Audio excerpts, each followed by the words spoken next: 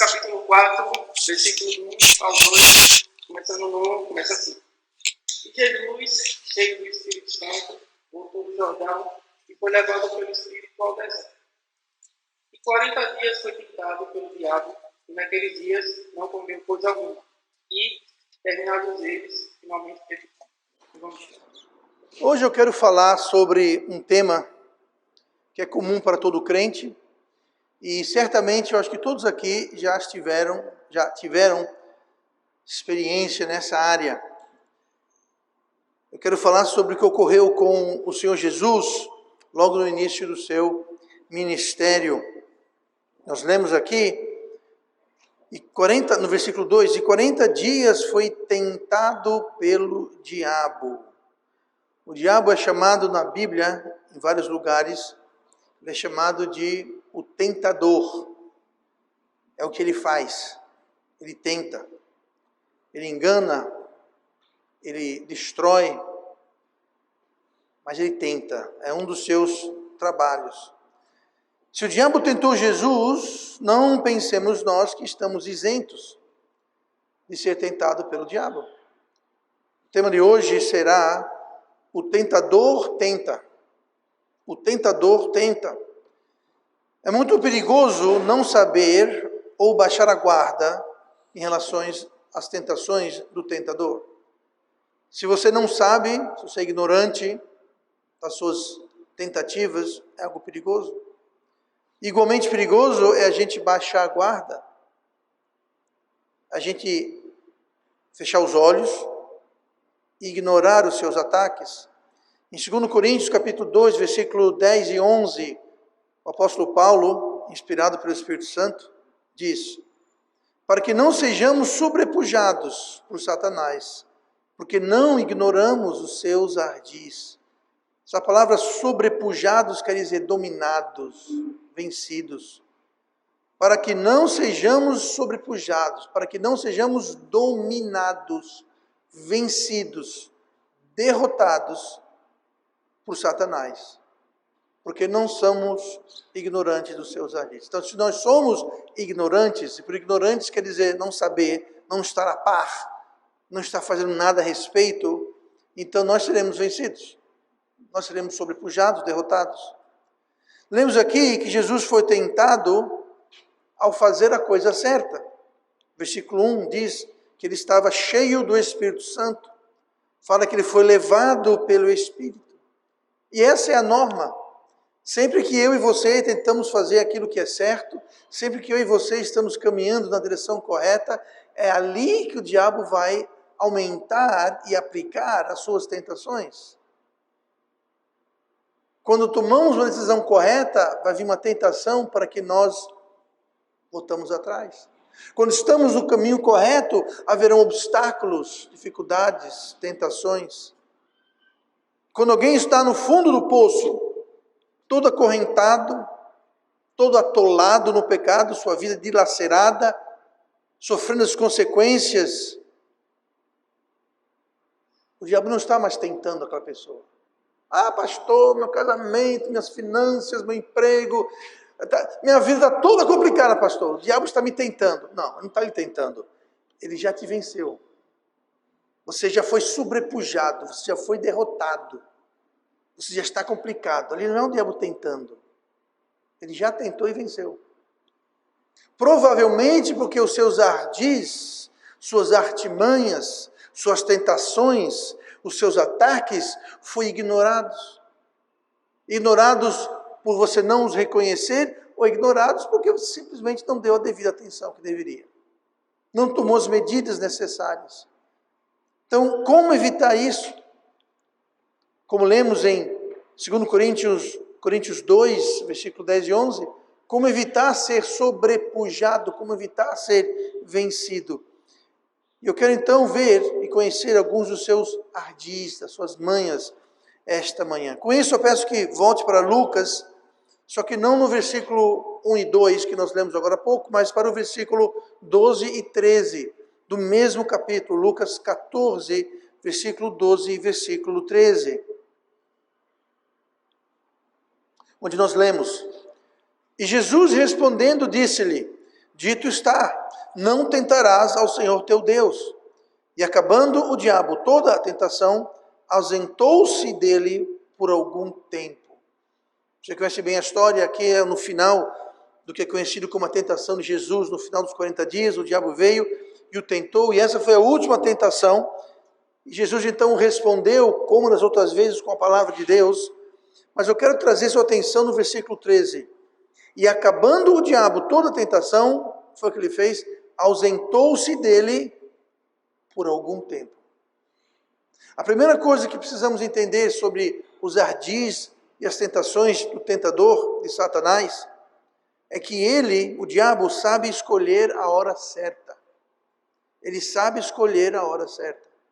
Ele foi, quando Jesus estava, o texto nós não lemos, mas se eu ler o texto, fala que ele ficou 40 dias, 40 noites sem comer, e depois disso ele teve o quê? Fome.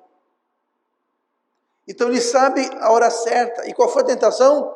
Diga para essas pedras transformarem-se em quê? Pão. Então ele sabe a hora certa. Ele sabe quando avançar, ele sabe quando recuar, ele sabe quando contra-atacar, ele sabe muito bem o que ele está fazendo. O diabo é muito paciente, o diabo é muito insistente. Ausentou-se dele por algum tempo. Não falou que abandonou, deixou para lá. E muitas vezes nós vencemos uma tentação e achamos, estou livre, acabou minha tentação. Por algum tempo. Mas ele vai voltar. Ele está apenas se regrupando, está apenas se preparando, ele vai voltar a tentar. Por quê? Porque o tentador tenta. É o que ele faz. Ele nos estuda, ele nos observa, não só ele pessoalmente, porque o diabo é um ser pessoal, ele não é uma força, uma energia, ele é uma pessoa espiritual, mas é um indivíduo. Mas não só ele nos estudos, mas todos as suas hostes demoníacas, espirituais, que nós não enxergamos, mas elas estão pelo mundo fazendo a sua vontade, seus agentes, e eles estão nos observando, nos estudando, justamente para elaborar tentações, assim como um caçador, assim como um pescador, sabe o que usar e quando usar e aonde usar. Se um dia você quer ir pescar e pegar peixe, fala com o irmão André. Sempre que ele vai pescar, ele pesca peixe. O pescador pesca. Não venha comigo. Quando eu vou pescar, eu não pesco nada. Está aqui, cadê o irmão Silvano? O irmão Silvano está aqui, nós fretamos anos atrás um barco ali no Cais do Porto, nós saímos, não pescamos nada. Fora eu, todo mundo passou mal, alimentou os peixes com café da manhã. Foi triste, lastimável a experiência. Ninguém pescou nada, gente. Ninguém pescou nada. Foi um exercício em nada. Agora, o irmão André não. O irmão André vai pescar numa poça de lama e pesca peixe. Inacreditável, nunca vi coisa igual. Sabe por quê? O irmão André, desculpa a comparação, assim como o diabo, sabe o que usar, quando usar e aonde usar. Água doce, você vai tal hora e você usa essa isca para pegar tal peixe. No mar, você vai ali, usa isso, a tal hora você pesca aquele peixe. Ele até sabe o peixe que ele vai pescar. Eu não, gente. Se eu pegar uma tainha para mim, eu estou, glória a Deus, aleluia. Se eu achar um peixe morto, eu tiro uma foto e falo que sou eu. Pronto. O diabo sabe. Ele nos estuda. Conhece nossos pontos fracos. Conhece a hora certa. Se a tentação não colar, se nós resistirmos, como nesse caso que Jesus resistiu, ele se ausenta por um tempo. Mas além disso, se a tentação não colar, ele lhe ataca. Olhe comigo ainda em Lucas 4. Não saímos de Lucas, não saímos do capítulo 4. Mas vem na sequência da tentação, Jesus resistiu, o diabo se ausentou por um tempo, aí no versículo 28 de Lucas 4. E todos na sinagoga Ouvindo estas coisas, aqui Jesus foi na sinagoga e ele começou então a ler do Velho Testamento. E todos na sinagoga, ouvindo estas coisas, se encheram de ira. E levantando-se, o expulsaram da cidade. E o levaram até ao cume do monte em que a cidade deles estava edificada, para dali o precipitarem. Ele, porém, passando pelo meio deles, retirou-se.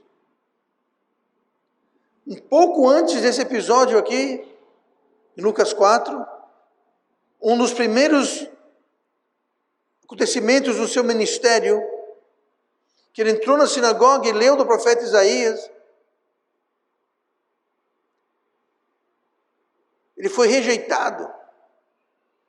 Os judeus, seus conterrâneos, se revoltaram e buscaram matá-lo, jogando ele de um monte.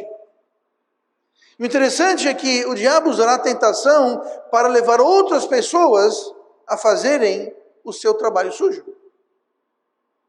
Essas pessoas aqui que se iraram, levantando-se, o expulsaram da cidade e queriam matá-lo, elas foram tentadas a fazer isso. E ele soube o que escolher, foi quando Jesus falou, e ele se identificou com o cumprimento de uma profecia, e aquilo instigou o orgulho judeu e a rejeição que eles tinham, e a cegueira de não reconhecer o Messias, e buscaram matá-lo. Quem fez tudo isso?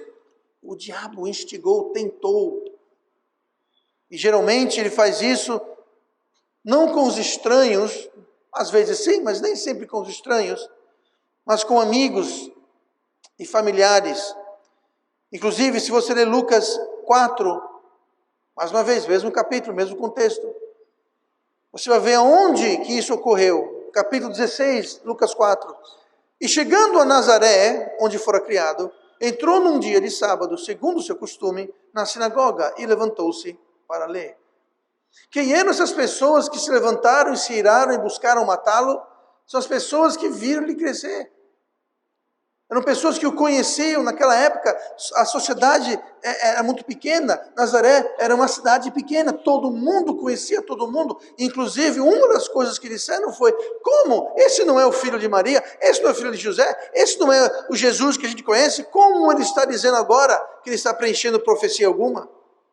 Essas pessoas que se iraram e buscaram matá-lo eram não só seus conterrâneos judeus, mas eram seus vizinhos e amigos e conhecidos. Nazaré era conhecido como um nada. Muitos fariseus disseram: pode coisa boa sair de Nazaré? Nazaré era o fim do mundo. Uma cidade pequena, não muito importante, obscura. Pois é. Foi lá, no meio dos seus conhecidos e provavelmente familiares, que ele foi rejeitado, odiado e buscaram matá-lo. Mas precisamos estar atentos contra esses ataques. Muitas vezes vêm de conhecidos, amigos, família até, que é o diabo que está tentando, porque o diabo tenta, e ele nos tenta, e ele tenta outros também. Efésios 6:12, porque não temos que lutar contra a carne e o sangue, mas sim contra os principados, contra as potestades, contra os príncipes das trevas desse século, contra as hostes espirituais da maldade nos lugares celestiais. A nossa luta, a nossa briga, os nossos inimigos não são carne e sangue. É o demônio e suas hostes, que vão nos tentar e vão tentar pessoas ao nosso redor a nos atacar, nos desencorajar. Mas o tentador, ele tenta. No entanto, quando resistimos firmes, o diabo se retira. Nós lemos no versículo 13. E acabando o diabo toda a tentação, ausentou-se dele por algum tempo. Quando nós resistimos, o diabo se ausenta. Se nós não resistimos, ele não se ausenta. Ele fica. Ele faz morada. Ele se acampa ao redor daqueles que não resistem à tentação.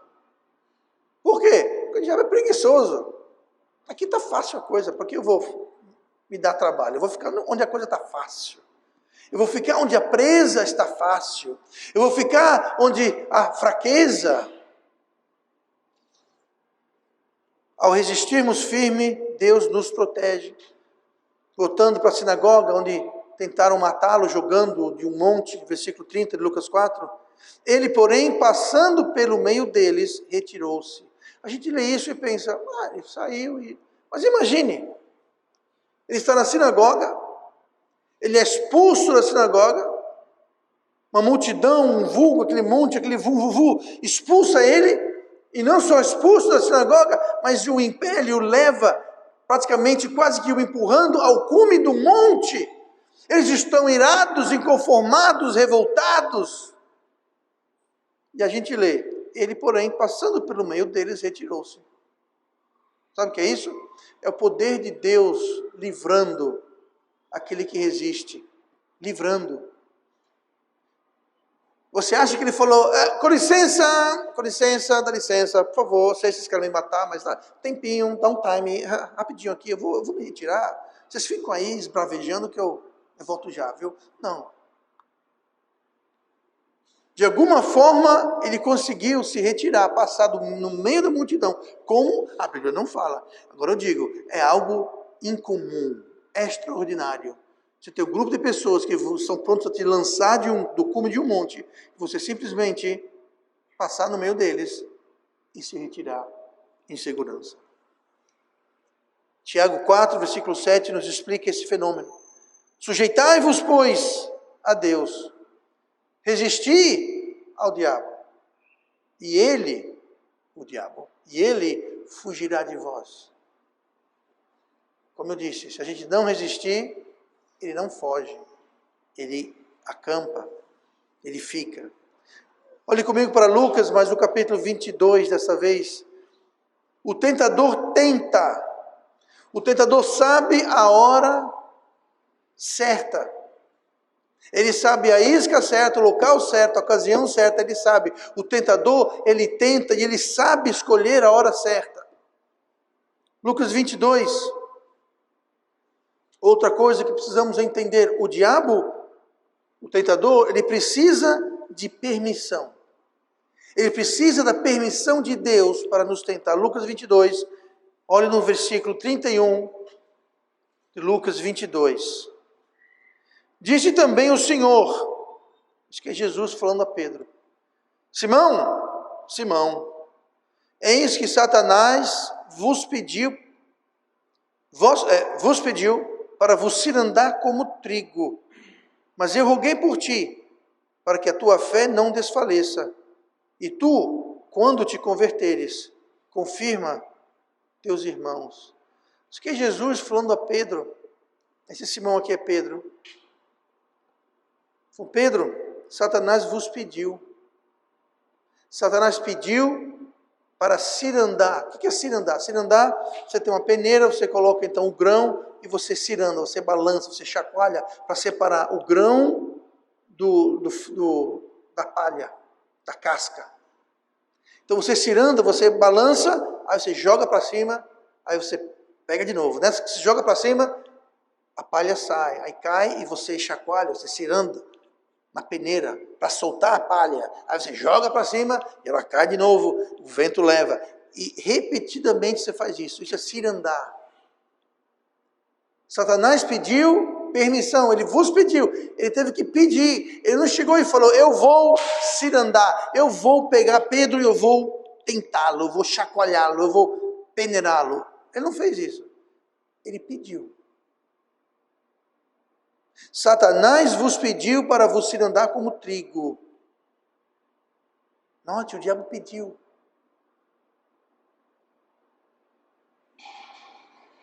Nosso Pai Celestial precisa nos dar permissão para que uma tentação venha a nós. O diabo precisou de permissão para tentar a Ló. Vocês conhecem bem a história? Tentar Jó. Jó capítulo 1, versículo 12. E disse o Senhor a Satanás, eis que tudo quanto ele, Jó, tem, está na tua mão. Somente contra ele não estendas a tua mão. e Satanás saiu da presença do Senhor. No capítulo 2 de Jó, versículo 6. E disse o Senhor a Satanás: eis que ele está na tua mão, porém guarda a tua vida. Vou contar a história toda de Jó, mas vocês conhecem a história. Deus estava se gabando de Jó, e o dia que os filhos de Deus, ou seja, os seres celestiais, vieram prestar contas, aparecer perante Deus, veio também Satanás. E Deus falou: veja Jó, esse sim é um homem justo, reto, temente. Deus estava se gabando de Jó. E Satanás falou: já sei porque você dá vida boa para ele. Agora tira o que ele tem, você vai ver que ele não vai te amaldiçoar. Deus falou: vá. Tudo o que tem, versículo 12, somente contra ele não estendas tua mão. O diabo foi, tirou suas posses, seus filhos, seu gado, tirou tudo dele. E Jó não blasfemou contra Deus. Capítulo 2, muito parecido a cena. No outro dia em que os filhos de Deus apareceram perante o Senhor, lá veio Satanás no meio. E Deus mais uma vez falou: olhe meu servo Jó. Não funcionou a sua tentação. O diabo falou: é porque ele tem saúde. Mas toque sua carne, que ele vai blasfemar na tua cara. Aí nós lemos no versículo 6. Eis que está em tua mão, porém guarda a tua vida. Só não o mate. Mais uma vez, permissão. O diabo precisa da permissão de Deus. Se vamos ou não sucumbir à tentação, vai depender da nossa fé. O versículo 32, que nós lemos agora em Lucas 22, Jesus falou: eu roguei por ti, para que a tua fé não desfaleça. Daí a importância de nós cultivarmos, alimentarmos a nossa fé, para que ela não desfaleça, porque haverá momentos em nossa vida que o diabo vai vir e vai querer nos cirandar como trigo, vai querer nos tentar.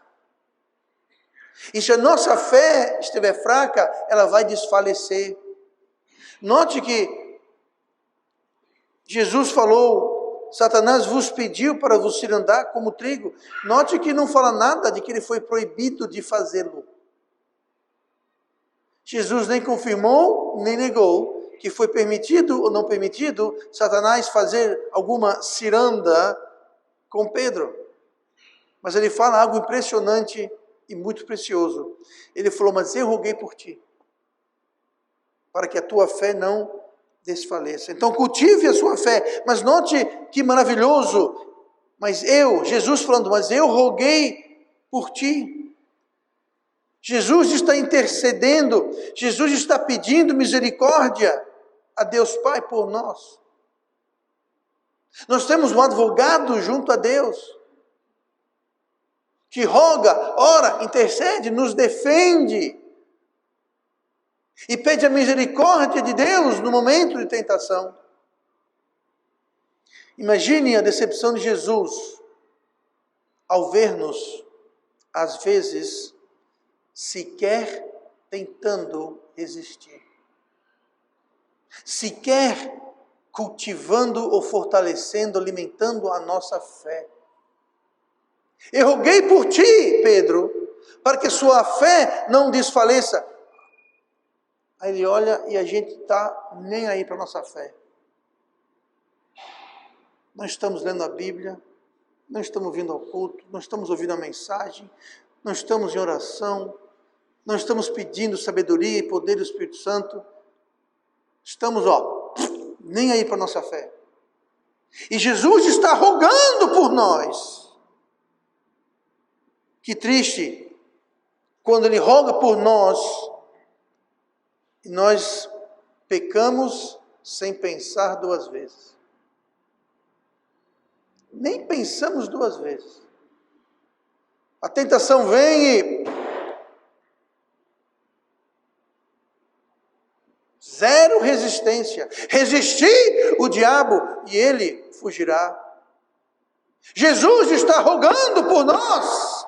para que a nossa fé não desfaleça, e nós estamos desprezando nossa fé, não estamos resistindo à tentação, não estamos resistindo o tentador. Que decepção! Quem decide a tentação é Deus, mas quem decide se vai pecar somos nós. Quem decide a tentação e se haverá tentação e qual será a tentação é Deus.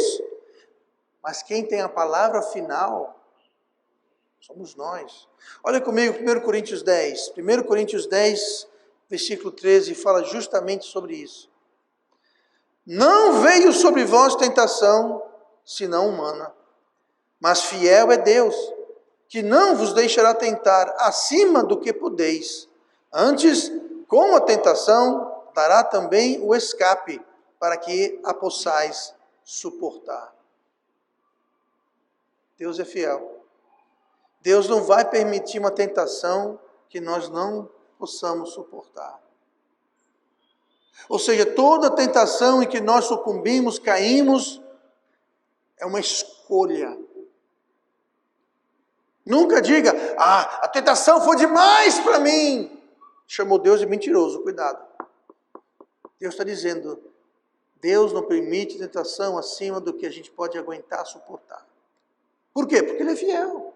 Nós lemos aqui, fiel é Deus, que não vos deixará tentar acima do que podeis. Deus não vai permitir uma tentação que eu ou você não tenhamos como vencê-la. Ele não vai permitir. Satanás vai vir, ele vai dizer, não, essa não. Essa tentação eu não quero, não permito. E Satanás bota o rabo entre as pernas e cai fora. Mas quando Deus permite, Ele permite sabendo, e veja que coisa maravilhosa, antes com a tentação dará também o escape, a saída, a solução. Se Deus permite a tentação, Ele dá também a saída, a solução. Então temos Jesus rogando, orando, intercedendo por nós. E nós não estamos fortalecendo a nossa fé, não estamos resistindo o tentador, nós não estamos procurando o escape. A tentação vem, bafte, bufta, a gente cai. A fé está fraca, não resistimos e nem procuramos o escape. O tentador tenta. É isso que ele faz. O nosso dever é fortalecer e cultivar a nossa fé, resistir o diabo para ele fugir e procurar o escape que Deus promete com cada tentação. Ele dará também o escape. Ou seja, não há tentação que nós não possamos vencer. E quando não vencemos, é uma escolha, é uma decisão que nós tomamos. O tentador, ele tenta, ele sabe a hora certa de agir, ele precisa da permissão de Deus, mas o diabo também precisa da nossa permissão. Olhem comigo para João capítulo 13, João 13, versículo 2. E acabada a ceia, tendo já o diabo posto no coração de Judas Iscariotes, filho de Simão, que o traísse. Aqui estamos lendo na última ceia, assim chamada, onde Jesus foi traído por um dos seus apóstolos. E fala aqui que o diabo posto no coração de Judas, que o traísse. Quem colocou a traição no coração de Judas foi o diabo. Está dizendo aqui? O diabo, tendo já o diabo posto no coração de Judas, que o traísse. O diabo não tem acesso ao nosso coração.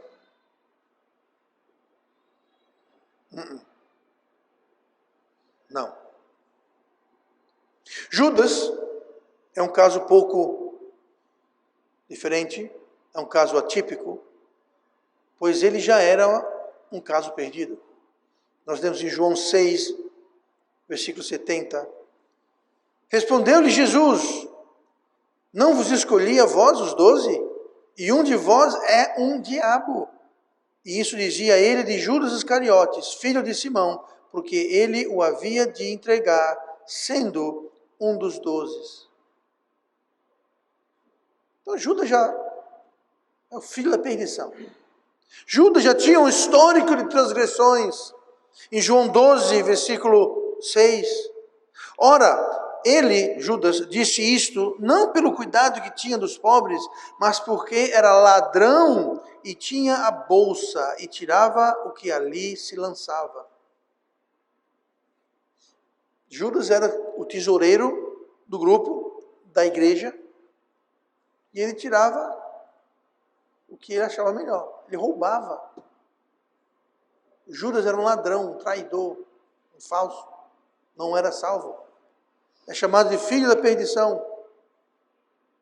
Mas note que o diabo colocou no coração de Judas. O diabo não tem livre acesso ao nosso coração.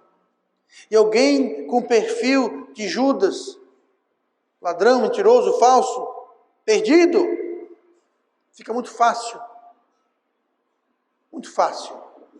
o diabo ter acesso. Olhe comigo em Atos capítulo 5. O diabo precisa de permissão para encher o nosso coração. Foi o que houve com Ananias. Atos 5, versículo 3. Disse então Pedro: Ananias, por que encheu Satanás o teu coração? Veja só, Satanás encheu o coração de Ananias.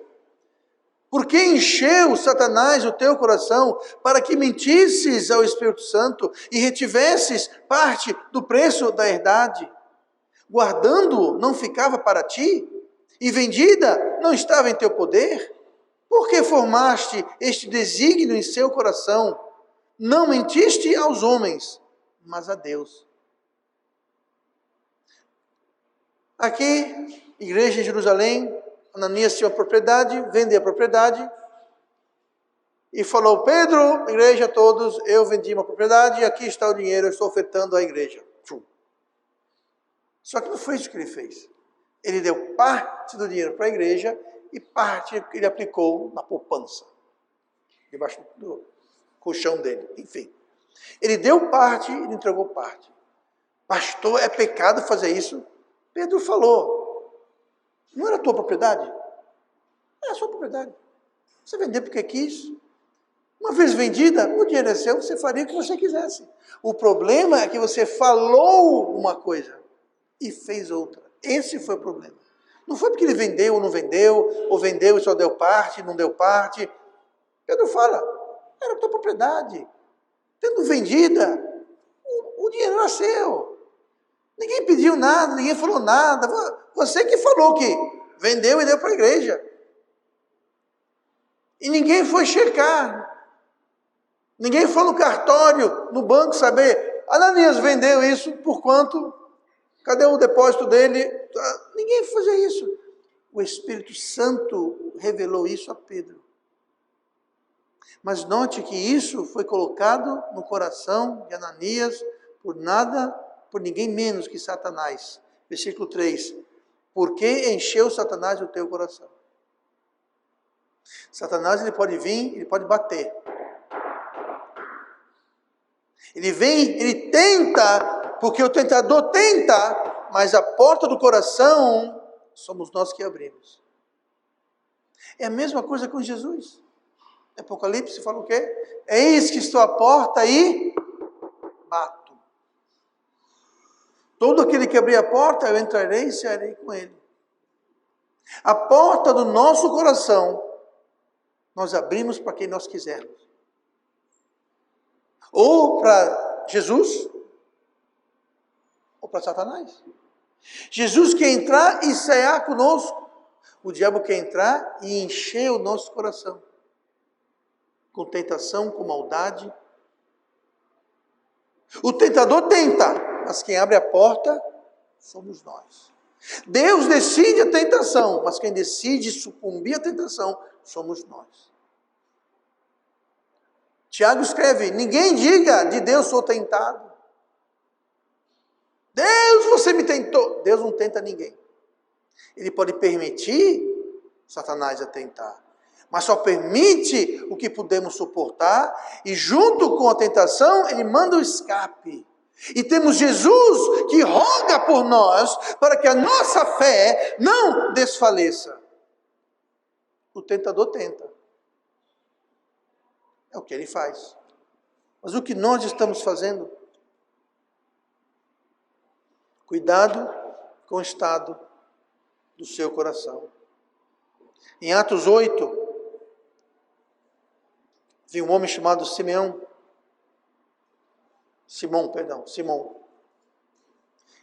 E ele quis comprar com dinheiro o poder de Deus de Pedro. E no versículo 20 de Atos 8. Mas disse-lhe Pedro: o teu dinheiro seja contigo para a perdição, pois cuidastes que o dom de Deus se alcança por dinheiro. Tu não tens parte nem sorte nesta palavra, porque o teu coração não é reto diante de Deus. Quando o nosso coração não é reto diante de Deus, Satanás vem, o tentador vem e tenta. E a gente, abre as portas. Nós não resistimos ao diabo, nós não fortalecemos nossa fé, nós não procuramos o escape, nós simplesmente nos entregamos à tentação.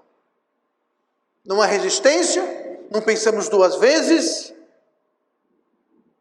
nos entregamos, sucumbimos. Muitas vezes sem luta, sem resistência, sem pensar duas vezes.